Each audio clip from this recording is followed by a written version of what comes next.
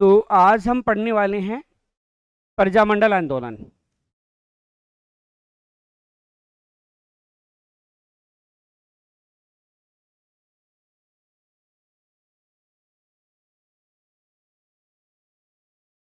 प्रजामंडल आंदोलन देखो, अब प्रजामंडल आंदोलन क्या है? तो सबसे पहले प्रजामंडल आंदोलन का उद्देश्य क्या है? सबसे पहले हम उद्देश्य की बात करेंगे कि प्रजामंडल जो बने थे उनका उद्देश्य क्या रखा गया। तो देखिए, सबसे पहले उद्देश्य है राजा के संरक्षण में उत्तरदायी शासन की स्थापना करना। शासन की स्थापना करना, ये इसका उद्देश्य है। ध्यान रखना, शुरू की 3 लाइनें दे रखी है, तीनों की तीनों पूछी हुई है। ऐसा नहीं है कि चौथी नहीं पूछी है, चौथी पूछी हुई है। लेकिन अपन क्या करते हैं, प्रजामंडल याद कर लेते हैं और उनकी जो अलग से कुछ बातें होती है उनकी तरफ ध्यान नहीं देते। ऐसा लगता है ये थोड़ी आएगा, लेकिन ये क्वेश्चन भी आया हुआ है। तो प्रजामंडल का उद्देश्य होता है राजा के संरक्षण में उत्तरदायी शासन की क्या किया जाना, स्थापना किया जाना। अब हो सकता है आप में से कई लोग ये नहीं समझ पाए होंगे कि उत्तरदायी शासन क्या होता है। उत्तरदायी, जैसे मानो इस कोचिंग में कोर्स करवाने का उत्तरदायित्व किसका है? मेरा है ना।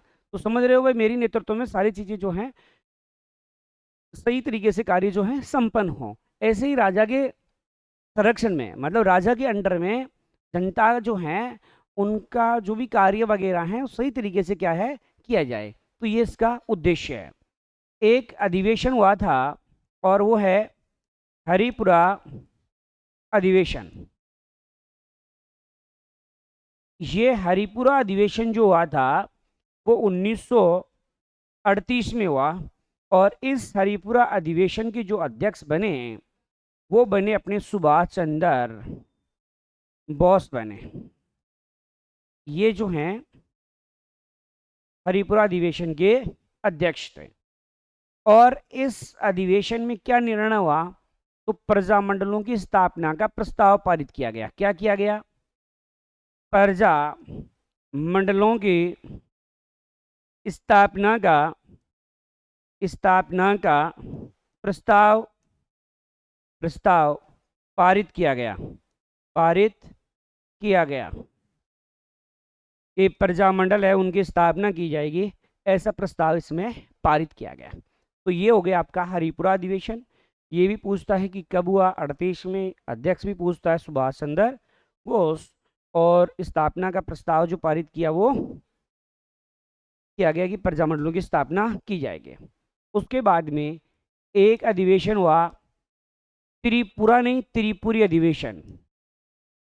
त्रिपुरा एक राज्य है जबकि त्रिपुरी एक स्थान है जो आपके एमपी में है।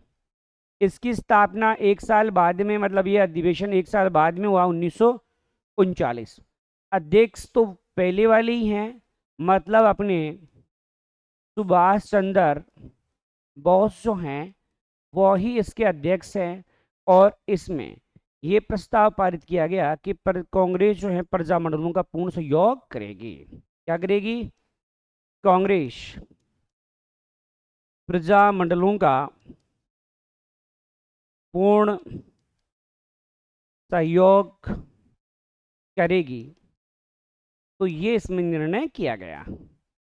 तो ध्यान रखना, एक त्रिपुरी एक हरिपुरा अधिवेशन 2 हैं। देखो, इन दोनों में भी पहले हरिपुरा है, क्योंकि कक्का जब अपन पढ़ते हैं पहले है आता है, बाद में आता है त्रैतो। समझ में आ रहा है? मतलब पहले हरिपुरा होगा, बाद में त्रिपुरी अधिवेशन होगा। ठीक है, ये बात है। फिर देखिए, उसके बाद में है कि एक प्रजामंडल पढ़ेंगे अपना, जयपुर प्रजामंडल। ठीक है, जयपुर प्रजामंडल नई वाली किताब के अकॉर्डिंग पढ़ा रहा हूं मैं। तो कौन प्रजामंडल में पहले कौन सा पढ़ोगे? जयपुर प्रजामंडल। जयपुर प्रजामंडल, ठीक है। कुछ ट्रिक्स वगैरह इस प्रकार की लाइनें थी, वो अब सार्थक नहीं रही है एनसीईआरटी के अनुसार, इसलिए वहां से मैंने उसको हटा दिया है नई वाली बुक में। तो देखो, जयपुर प्रजामंडल, इसकी जो स्थापना की गई, स्थापना वो किए गए 1931 में। और ये राजस्थान का प्रथम प्रजामंडल है, राजस्थान का प्रथम प्रजामंडल है, या कह दो प्राचीन प्रजामंडल है भाई।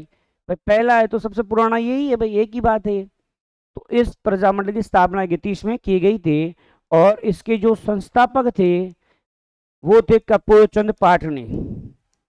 कपूर चंद पाटनी इसके अध्यक्ष थे, मतलब अध्यक्ष नहीं, संस्थापक। तो संस्थापक कौन है यहाँ? कपूर चंद पाटनी है। ऐसे सोच लो कि आप कपूर लेके आए, और कपूर कहाँ से लाए? जयपुर से लाए हो, बोला है ना। कपूर लाए हो जो कपड़ों में देते हैं वगैरह वगैरह, तो आप कहाँ से लेके आए? जयपुर से। लेकिन इस कपूर से पार नहीं पड़ी, मतलब इसलिए इसका पुनर्गठन किया गया 1936-37 में। पुनर्गठन तो ध्यान रखना कब किया गया? 1936-37 में। अब पुनर्गठन किया तो पुनर्गठन करता तो दो व्यक्ति हैं, एक का नाम है हीरालाल शास्त्री और एक का नाम है जमनालाल बजाज। इन दोनों ने क्या किया? पुनर्गठन किया। फिर 1938 में जमनालाल बजाज की अध्यक्षता में प्रथम सम्मेलन हुआ। मतलब यहाँ जो अध्यक्ष साहब बने वो कौन बने? जमनालाल बजाज बने। अब इनके अध्यक्षता में सम्मेलन हुआ तो जमनालाल बजाज को गिरफ्तार किया गया। क्या कर लिया? गिरफ्तार। जमनालाल बजाज को गिरफ्तार किया। अब गिरफ्तार किया तो गांधी जी ने इसका विरोध किया। किसने विरोध किया? गांधी जी ने। और गांधी जी बोले हम इसको राष्ट्रीय मुद्दा बनाएंगे। गिरफ्तारी पर गांधी जी ने कहा कि हम इसे क्या बनाएंगे? राष्ट्रीय मुद्दा बनाएंगे, मतलब राष्ट्रीय विषय बनाएंगे। पूरे देश में इस बात का विरोध किया जाएगा, प्रदर्शन किया जाएगा कि इस प्रकार से जमनालाल बजाज को गिरफ्तार करना तर्क संगत नहीं है, गलत है ना। इसलिए इन्होंने विरोध किया। इसका मतलब गांधी जी का कोई ना कोई तो संबंध रहा होगा जमनालाल बजाज से, तभी इतना विरोध कर पा रहे हैं, तो है ना। जमनालाल बजाज को गांधी जी का 5वां पुत्र कहते हैं। जमनालाल बजाज को गांधी जी का 5वां पुत्र कहते हैं। सर कहते हैं इसका मतलब है नहीं क्या? नहीं है। गांधी जी के 4 बेटे थे, 5वां बेटा जो है ना आपका जमनालाल बजाज, क्योंकि ये महात्मा गांधी की आर्थिक सहायता करता था, तब गांधी जी कहता था ये भी मेरा 5वां बेटा है। ठीक है। जैसे एक इंडिया जी की जब पढ़ाता हूँ ना मैं, तब पढ़ाता हूँ कि हरिलाल रामदास, मणिलाल और देवदास, ये 4 गांधी जी के बेटे हैं। सबसे बड़ा हरिलाल है, सबसे छोटा देवदास है। तो ये 4 बेटे ओरिजिनल है, ये इनका गोद लिया हुआ बेटा है। ठीक है, जिनको पुत्र के समान दर्जा दिया है। इसके बाद में देखिए, जमनालाल बजाज अपने आप को गुलाम नंबर 4 कहता था।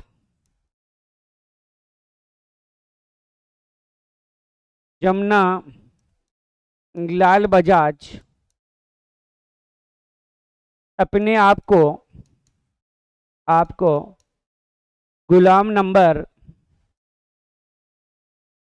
4 कहता था। वो कहता था कि पहला गुलाम भारत है बोला, दूसरा बोला ये जो राज्य वगैरह हैं, जैसे राजस्थान में मैं रहता हूँ तो राजस्थान है, तीसरा गुलाम बोला मेरा जहाँ मैं रहता हूँ सिक्कर है, सिक्कर के है जमनालाल बजाज काशी का बास के, और बोला चौथा गुलाम मैं खुद हूँ।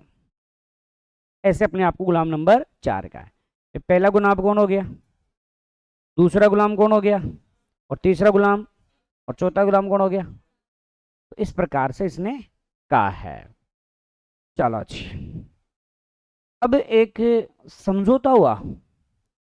अब समझौते को हम क्या कहते हैं, एग्रीमेंट कहते हैं कि नहीं, क्या कहते हैं, एग्रीमेंट। तो एक हुआ जेंटलमैन एग्रीमेंट।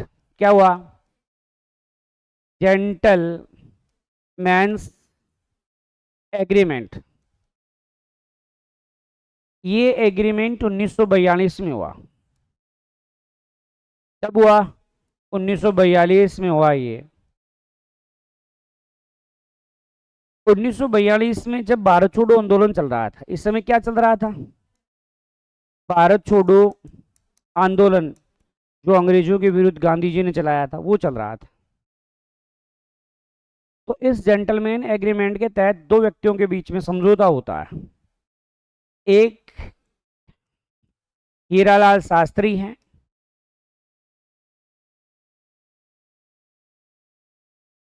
और दूसरा सर मिर्जा इस्माइल। ठीक है, सर मिर्जा इस्माइल। ये कौन है, जयपुर के पीएम, प्रधानमंत्री थे। या मैं कहूँ कि मानसिंह जो राजा था उसके प्रधानमंत्री जो थे वो कौन थे, सर मिर्जा इस्माइल थे। तो इन दोनों के मध्य क्या हो गया, समझौता हो गया, एग्रीमेंट हो गया। अब हीरालाल बताओ, हीरालाल कौन है, एक जेंटलमैन है। हीरालाल एक जेंटलमैन है, और जेंटलमैन की खास बात यह है कि जेंटलमैन हमेशा मुस्कुराते रहते हैं। अब मुस्कुराने को अंग्रेजी में क्या बोलोगे, इस्माइल बोलोगे आप। तो समझ गए, हीरालाल और उसकी मुस्कुराहट हो गई, मतलब हीरालाल शास्त्री और कौन हो गया, सर मिर्जा इस्माइल। ठीक है, तो ये दोनों के मध्य जो है क्या होता है, समझौता होता है। तो हीरालाल शास्त्री और सर मिर्जा इस्माइल के बीच में क्या हो गया, समझौता। याद रहेगा। चलो जी, उसके बाद देखिए यहां समझौता हुआ तो कोई ना कोई तो वार्तालाप हुई होगी, होती है ना वार्तालाप। और वार्तालाप क्या हुई थी कि जयपुर प्रजामंडल भारत छोड़ो आंदोलन में भाग नहीं लेगा। क्या कहा गया, जयपुर प्रजामंडल भारत छोड़ो आंदोलन में भाग नहीं लेगा, नहीं लेगा। कि जो प्रजामंडल है जयपुर वो भारत छोड़ो आंदोलन में भाग नहीं लेगा। अब जरूर हीरालाल शास्त्री ने भी कुछ तो किया होगा, उसने भी कुछ तो कहा होगा, ऐसे थोड़ी बन ठीक है नहीं लेंगे नहीं लेंगे, ऐसे तो नहीं है। नहीं, यहां इनको भी लालच दिया गया। पहली बार राजा के मंत्रिमंडल में गैर सरकारी सदस्यों को शामिल किया गया। ऐसी पहली रियासत जो थी अपनी जयपुर थी। जयपुर राजस्थान की प्रथम रियासत थी जिसके राजा के मंत्रिमंडल में पहली बार गैर सरकारी सदस्यों को शामिल किया गया। तो हीरालाल जी शामिल हो गए ना, अब क्या दिक्कत है। तो बोला राजा के मंत्रिमंडल में गैर सरकारी सदस्य क्या होंगे, शामिल हो जाएंगे। तो ये हुई थी।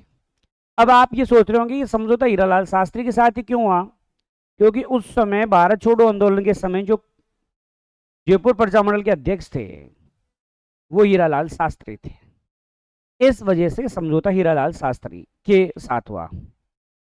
अभी भारत और पाकिस्तान के बीच में तनाव चल रहा है, तो अपन सबकी विचारधाराएं सेम नहीं हो सकती, सबकी विचारधाराएं अलग अलग होती है। अब ऐसे ही उस जमाने में विचारधाराएं जो है वो क्या थी, अलग अलग थी। भाई कुछ चाहेंगे, भाई कुछ भी हो जाए, अंग्रेज चाहे कुछ भी लालच दे दे, राजा कुछ भी लालच दे दे, हम उनके लालच में नहीं आएंगे। तो ऐसा व्यक्ति था एक बाबा हरिश्चंद्र। कौन था? एक बाबा हरिश्चंद्र। अब भाई नाम ही है बाबा हरिश्चंद्र, हरिश्चंद्र तो सत्यवादी होता है, सत्यवादी राजा हरिश्चंद्र हुए ना। तो ये भी भाई साहब सत्यवादी राजा हरिश्चंद्र से कम नहीं था। ये बोला साहब कुछ भी हो जाए, ये हमारी आज़ादी का आंदोलन है और हम तो भाग लेंगे, हम तो भाग लेंगे। और अपने एक मोर्चा बनाता है, आजाद मोर्चा। क्या बनाता है? आजाद मोर्चा। कब बनाता है? तो भाई 1942 में। तो आप कह सकते हो आजाद मोर्चा के संस्थापक कौन है? बाबा हरिश्चंद्र। बोला हम भाग लेंगे। भी भी थे घर जानो, घर अपने आजाद कौन है? आपने जो घर को बाबू से मेन मुखिया, वही तो आजाद है, वो कहीं भी कर सके। तो बाबा हरिश्चंद्र जो है वो क्या थे? आजाद हो गए। चलो उसके बाद देखो, यहां बाबा हरिश्चंद्र ने क्या किया कि अपन कहें कि आजाद मोर्चा ने भारत छोड़ो आंदोलन में भाग लिया। आजाद मोर्चा ने, मोर्चा है ये, आजाद मोर्चा ने भारत छोड़ो आंदोलन में भाग लिया।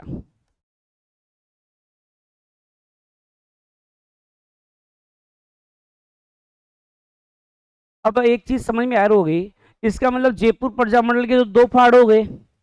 भाई ये एक फाड़ जो भारत छोड़ो आंदोलन में भाग ले रहा है, एक जो नहीं ले रहा है, दो हो गए। अब जैसे मानो दो भाई होंगे, बीच में भी विवाद हो जाए, लड़ाई हो जाए, तो थोड़े बहुत दिन होंगे, एक शादी में नहीं आएंगे, दूसरे में आ जाएंगे, तो फिर कोई ना कोई आएगा जो उनको एक करने का काम करेगा। तो यहाँ भी भाई आजाद मोर्चा में वो आदमी आ गए जो भारत छोड़ो आंदोलन में भाग ले रहे हैं, और जो हीरालाल के समर्थक थे वो नहीं ले रहे हैं। तो इसका मतलब दो फाड़ हो गई, तो वापस एक करना पड़ेगा। तो एक किया गया 1945 में। और हमारे जो जवाहरलाल नेहरू हैं, उनके कहने पर आजाद मोर्चा का विलय किसमें हो गया? जयपुर प्रजामंडल में। 1945 में आजाद मोर्चा का विलय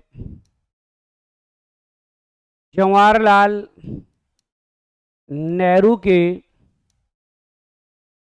प्रयासों से जयपुर प्रजामंडल में हुआ। वापस जो है इनका क्या हो गया?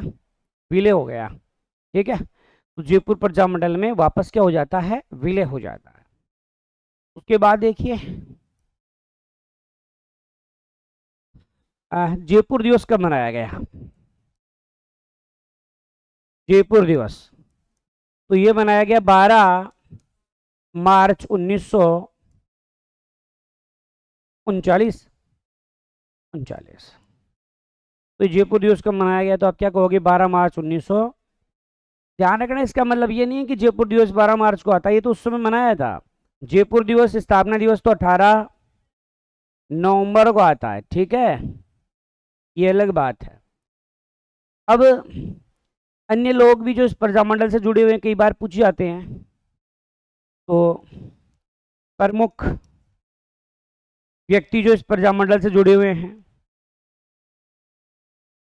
जैसे डीएस तिवारी, डीएस तिवारी मतलब देवी शंकर तिवारी, दौलतमल भंडारी,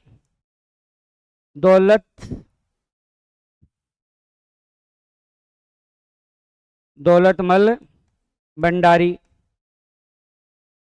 रामकरण जोशी,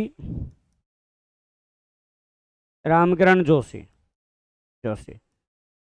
गुलाब चंद कासीवाल, हंसदी रॉय, तो ये भी इस प्रजामंडल से जुड़े हुए हैं। तो सर क्या इनको भी याद रखना जरूरी है? जी हाँ, राजस्थान पुलिस में आए हुए हैं, सारे पूछे हुए हैं, जुड़े हुए हैं जो। ठीक है, पूछे हुए हैं ये।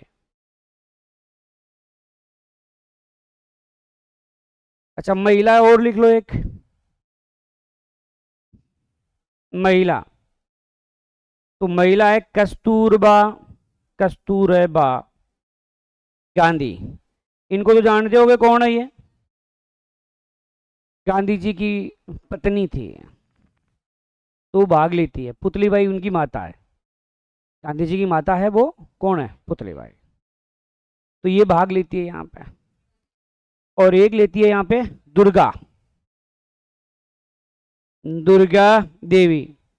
भाई गांधी जी की पत्नी थी कस्तूरबा गांधी।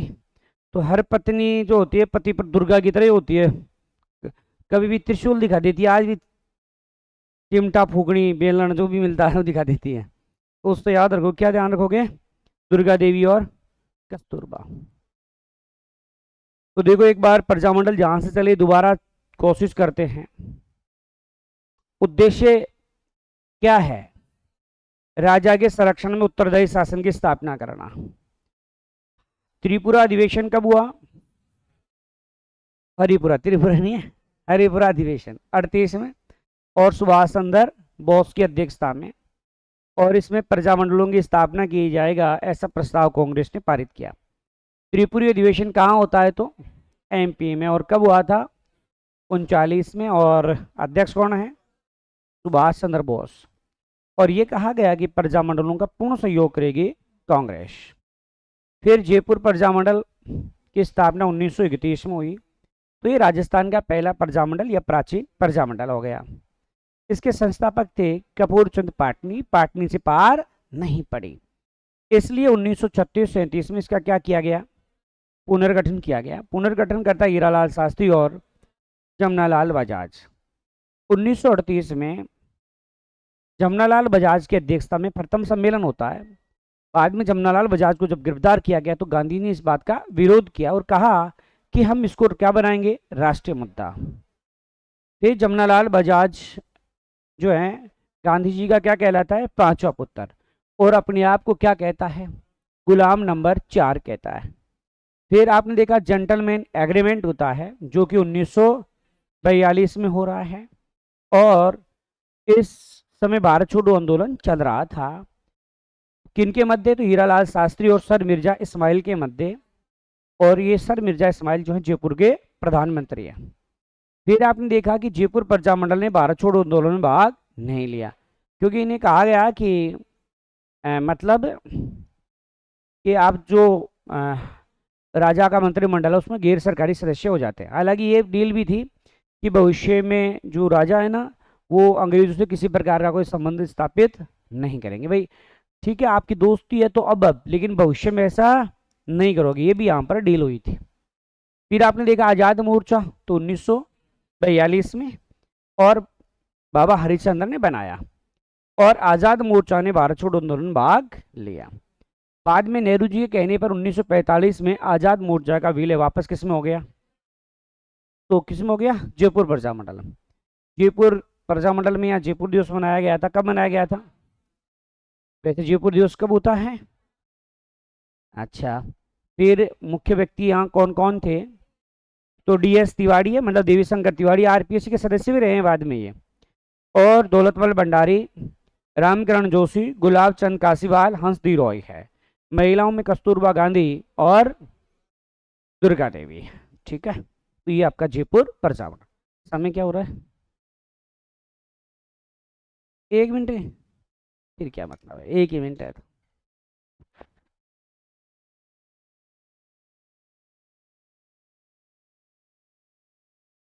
यहाँ तो कोई समझ में नहीं आया तो पूछ लेना।